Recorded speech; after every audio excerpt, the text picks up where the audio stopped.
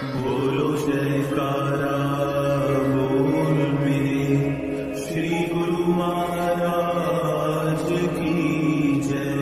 श्री सद्गुरुदेव भगवान की जय। गुरुमुखो, झूठ बोलना बहुत बड़ा पाप है, ये तो सभी जानते हैं। पर झूठ कहाँ बोला गया और किसके सामने बोला गया और किससे बोला गया, इसका तात्पर्य और भी अधिक है। द्रोह या छल कपट करना तो किसी के भी साथ अच्छा नहीं। फिर यदि जिससे गुण ग्रहण किया जाए, जिससे शिक्षा ली जाए अथवा शिक्षा प्राप्त की जाए, उसी के साथ छल कपट करना या झूठ बोलना ये नीति के विरुद्ध है। जैसे कहा गया है कि आचार्य देवो भव, अर्थात विद्या गुरु को भी ईश्वर के समान पूजनी चाहिए। दूसरा, विशेषकर भक्ति मार्ग में तो अपने इष्ट देव संत सतगुरु के साथ शिष्य को असत्य एवं छल कपट से रहित होकर प्रेम व सच्चाई का व्यवहार करना चाहिए। जैसे कि संत सहजोबाई जी ने कहा है, गुरु सु कछु ने दुराइए, गुरु सु झूठ न बोल, बुरी भली खोटी खरी, गुरु आगे सब खोल। अर्थात शिष्य का यह कर्तव्य बन जाता है कि वह अपने इष्ट देव अंतर्यामी सतगुरु से असत्य न कहकर अच्छी या बुरी जो भी बात हो सामने और सत्य सत्य कह देनी चाहिए। क्योंकि सतगुरु जीव के हितैषी हैं, सहायक हैं। उनसे ही यदि जीव अपने अवगुण छिपाए तो फिर उसका कल्याण कौन करेगा? फिर उसका कल्याण किस तरह से होगा? इसी पर ये कथा मैं आपको सुनाने जा रहा हूँ, ध्यान से सुने। द्वापर युग में कौरव पांडु की आपस में जब पड़ती नहीं थी, तब कौरव दल के हृदय में ईर्ष्या के बीज उत्पन्न हुए, पैदा हुए, जिससे वे भीतर ही भीतर पांडवों से युद्ध करने की तैयारी में जुट गए। अर्जुन तो उन्हें कांटे की तरह चुभता था, क्योंकि द्रोणाचार्य जी ने अर्जुन को शस्त्र विद्या में अच्छी तरह से परंपरागत होशियार किया था। अर्जुन के इस शस्त्र विद्या कौशल को देखकर कौरव ईर्ष्या व घृणा की अग्नि से अहम निरश्रु लगते रहते थे। कौरव दल में उसके समान शस्त्र विद्या में अन्य कोई भी प्रवीण, चतुर और होशियार नहीं था। अतः उन्होंने वीर कर्ण को भी श्री परशुराम जी से धनुर्विद्या सीखने के लिए प्रेरित किया, जिसके बल से वे पांडवों को पराजित कर अपनी ईर्ष्या अग्नि को शांत कर सके। श्री परशुराम जी ब्राह्मण थे। वे धनुर्विद्या अच्छी तरह से जानते थे। पहले तो वे सभी वर्णों को धनुर्विद्या सिखाया करते थे, किंतु एक बार किसी क्षत्रिय द्वारा इनका अपमान हो जाने से विक्षुब्ध होकर उन्होंने यह प्रण किया था कि मैं किसी भी क्षत्रिय को शस्त्र विद्या नहीं सिखाऊंगा। इस बात से सभी परिचित थे कि श्री परशुराम जी क्षत्रिय वंश को शस्त्र विद्या तो सिखाने से रहे, फिर भी वीर कर्ण को शिक्षा ग्रहण तो करनी ही थी। अतः उसने ब्राह्मण का वेश बनाया और श्री परशुराम जी के द्वार पर जा उपस्थित हुआ। जब वीर कर्ण श्री परशुराम जी के पास पहुंचा और उसने शस्त्र विद्या सीखने की इच्छा प्रकट की, तब श्री परशुराम जी ने उससे उसका वर्ण, जाति व नाम पूछा। वीर कर्ण ने अपना नाम एवं वर्ण बदलकर अपने को एक ब्राह्मण परिवार का सदस्य बताया।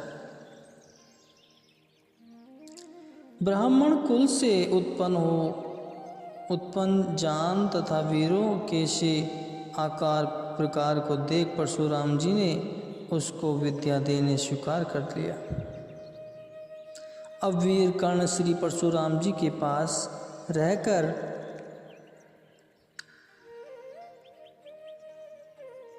धनुर्विद्या सीखने लगा। वह अत्यंत श्रद्धा भाव से उनकी सेवा करता था, परंतु उसके दिल में हर समय यह शंका घर किए रहती, कहीं गुरुदेव को मेरी वास्तविकता का पता न लग जाए कि मैं क्षत्रिय वंश का।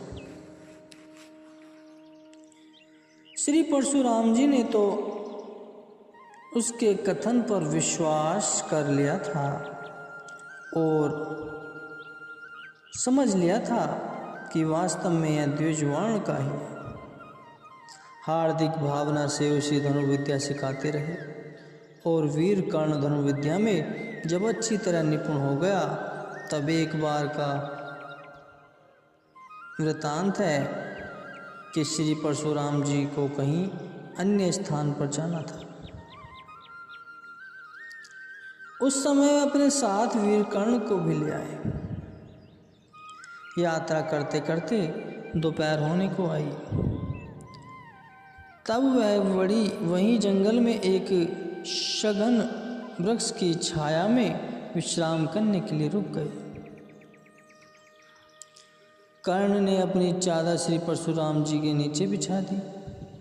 भोजन करने के पश्चात परशुराम जी को जब नींद आने लगी, तब उन्होंने वीर कर्ण से कहा कि सिर के नीचे रखने के लिए एक पत्थर तो ले आओ।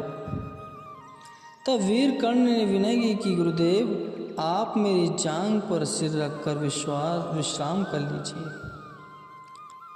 तो श्री परशुराम जी ने अपनी स्वीकृति दे दी और विश्राम में हो गए।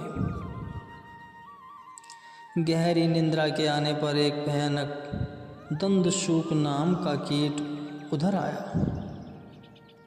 और उसने कर्ण के पांव में जोर से काट लिया। वह डंक इतना प्रचंड था, भयानक था कि खून की धारा बह निकली। तब वीर कर्ण ने दिल में सोचा कि यदि मैं अपने पांव को हिलाता हूं तो गुरु जी के आराम में बाधा पहुंचेगी। अतः पीड़ा को आगाध धैर्य से सहन करता हुआ पूर्वतः स्थिर बैठा रहा। कुछ देर बाद जब परशुराम जी की आंख खुली तो क्या देखा कि कर्ण का पांव खून से लथपथ हुआ पड़ा है। उन्होंने पूछ लिया कि यह क्या हुआ। तब कर्ण ने कहा, भगवान कुछ नहीं, एक कीड़े ने काट लिया है। मैंने आपको सोया हुआ जान अपनी जांघ को हिलाना उचित न समझा। यह बात सुनकर श्री परशुराम जी ने कहा कि एक बात पूछूं, सच सच बताना कि तुम वस्तुतः कौन हो। तुम ब्राह्मण नहीं हो, क्योंकि ब्राह्मण तो इतने भीषण दंशक को सहन नहीं कर सकता। तुम्हारे पांव से इतनी अधिक रक्त की धारा बह रही है, परंतु तुमने चूं तक भी नहीं की। इस अगाध धैर्य को देखकर मुझे तो तुम क्षत्रिय वंश के ही प्रतीत हो रहे हो। यह सुनकर कर्ण को मानो सांप सूंघ गया और विवश होकर उसे अपना वास्तविक परिचय देना पड़ा कि गुरुदेव, मैं कुरुकुल में उत्पन्न कर्ण हूँ, क्षत्रिय मेरा वर्ण है। शस्त्र विद्या सीखने के स्वार्थ से ही मैंने आपके समक्ष असत्य बोला है, क्योंकि आपके इस प्रण को मैं सुन चुका था कि मैं क्षत्रिय से समस्त भूमंडल को खाली कर दूंगा। इसलिए मैंने अपने वर्ण व नाम को आपसे गुप्त रखा। इस पर श्री परशुराम जी ने कहा कि तुमने मुझे गुरु कहकर मेरे साथ धोखा किया है। गुरु से छल कपट करने वाले शिष्य का कभी भला नहीं होता। यह विद्या जो कि तुमने मेरे यहाँ से पाई है तुम्हारे किसी काम नहीं आएगी। यह कहकर उसी समय परशुराम जी ने कर्ण को विदा कर दिया और साथ ही अपनी तरफ से सेवा के फलस्वरूप 5 बाण दे दिए, जिससे कि बड़े बड़े शत्रु को मारा जा सकता था। आचार्य का वचन किसी भी दशा में टल नहीं सकता, चाहे कुछ भी हो जाए। वीर कर्ण का भी यही हाल हुआ। उसे इस धनुर्विद्या या गुरु द्वारा दिए गए बाणों से कुछ लाभ प्राप्त न हुआ, कारण कि महाभारत का युद्ध शुरू होने से पहले ही माता कुंती ने 5 बाण भिक्षा में मांग लिए थे। परिणाम यह हुआ कि अर्जुन और वीर कर्ण के युद्ध में कर्ण अर्जुन द्वारा उन्हीं बाणों से मारा गया। तो इसका अर्थ यह है गुरुमुखो कि जीव को इष्ट गुरुदेव के साथ कभी भी छल कपट नहीं करना चाहिए, कभी भी गुरु से झूठ नहीं बोलना चाहिए। सद्गुरु तो साक्षात भगवान का स्वरूप होते हैं। वे ही तो केवल जीवों के परम हितैषी होते हैं।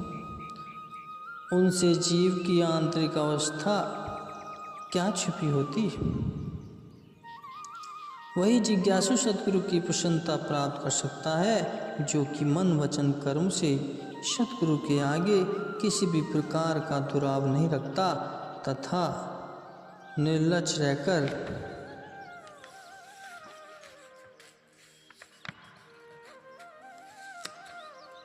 उनके वचनानुसार जीवन यापन करता है। वही सद्गुरु के मंगल में आशीर्वाद का अधिकारी बन अपना जीवन सफल कर सकता है। गुरुमुखो, कभी भी अपने गुरु से छल कपट नहीं करना चाहिए, कभी भी झूठ नहीं बोलना चाहिए।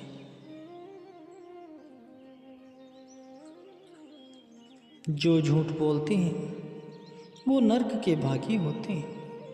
उनकी सेवा किसी काम की नहीं होती है। सेवा करो तो मन से करो, कर्म करो तो बिना लालच के करो, बिना स्वार्थ के करो, उसका फल अवश्य मिलेगा। अपने लालच के चक्कर में और अपना सारा जीवन व्यर्थ ना गवा दिया जाए, इसका ध्यान रखना है। इसी तरह से कर्ण के साथ भी हुआ। उसने अपने लोभ लालच के लिए गुरु को इस्तेमाल किया। गुरु फिर भी जान गए कि ये क्या है और किस लिए आया है। इसका आने का तात्पर्य क्या है। दी हुई शिक्षा भी किसी काम नहीं आई, क्योंकि उसने अपने गुरु के साथ छल कपट किया, झूठ बोला। गुरुओं से कुछ छुपा नहीं होता, उन्हें सब कुछ पता होता है। तो गुरुमुखो, कभी भी अपने पूजनीय गुरु से या किसी भी अन्य से झूठ नहीं बोलना चाहिए। अपने स्वार्थ के लिए किसी से झूठ नहीं बोलना चाहिए।